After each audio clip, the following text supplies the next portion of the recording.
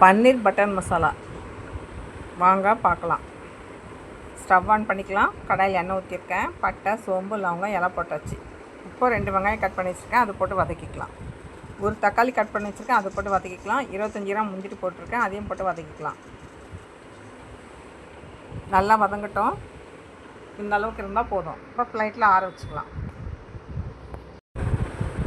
இப்போ பன்னீர் எடுத்து கட் பண்ணி எடுத்து வச்சுக்கலாம். அதே கடாயில் கொஞ்சம் எண்ணெய் ஊற்றி இதை பொரித்து எடுத்துக்கலாம். 1 ஸ்பூன் மிளகாத்தூள் போட்டிருக்கேன். ரொம்ப போட வேணாம், கொஞ்சமாக போட்டால் போதும். கொஞ்சோண்டு சால்ட்டு போட்டிருக்கேன். இப்போ இதை நல்லா கொஞ்சம் பரட்டி எடுத்துக்கலாம். இப்போ பன்னீரை ஒரு பிளேட்டில் மாற்றிக்கலாம். இப்போ மசாலா அரைச்சி எடுத்துகிட்டு வந்துடலாம்.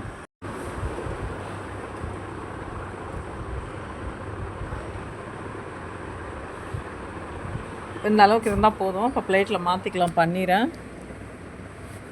இப்போ மசாலா அரைச்சி எடுத்துகிட்டு வந்தாச்சு. இந்த அளவுக்கு நைஸாக இருந்தால் போதும். அதே கடாயில் பட்டர் போட்டுக்கலாம்.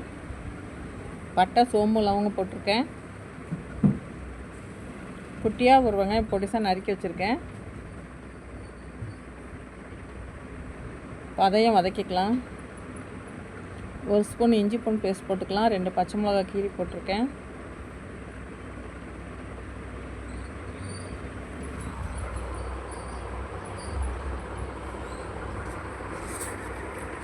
ஒரு ஸ்பூன் இஞ்சி பூண்டு பேஸ்ட்டு, 1 ஸ்பூன் வெறும் மிளகாத்தூள், 1 ஸ்பூன் ஜீரக பவுடர்,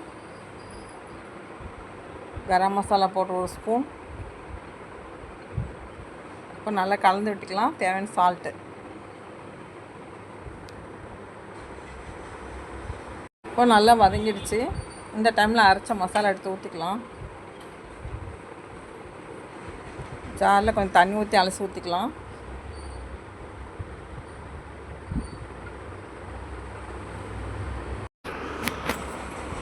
இப்போ நல்லா கொதித்து வரட்டும். தட்டுப்பட்டு மூடிடலாம்.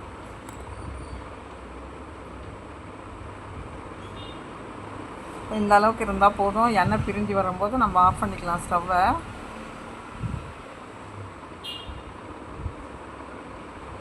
இப்போ நம்ம பன்னீர் எடுத்து இதில் போட்டுக்கலாம்.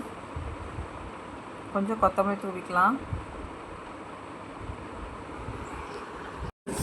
இப்போ பன்னீர் பட்டர் மசாலா ரெடி ஆகிடுச்சு. சப்பாத்திக்கு, பூரிக்கு சூப்பராக இருக்கும். இப்போ லாஸ்ட்டாக கொஞ்சம் கொத்தமல்லியும் போட்டாச்சு. கஸ்தூரி மேத்தி நுறுக்கி போட்டுக்கலாம். செம்ம டேஸ்ட்டாக இருக்கும்.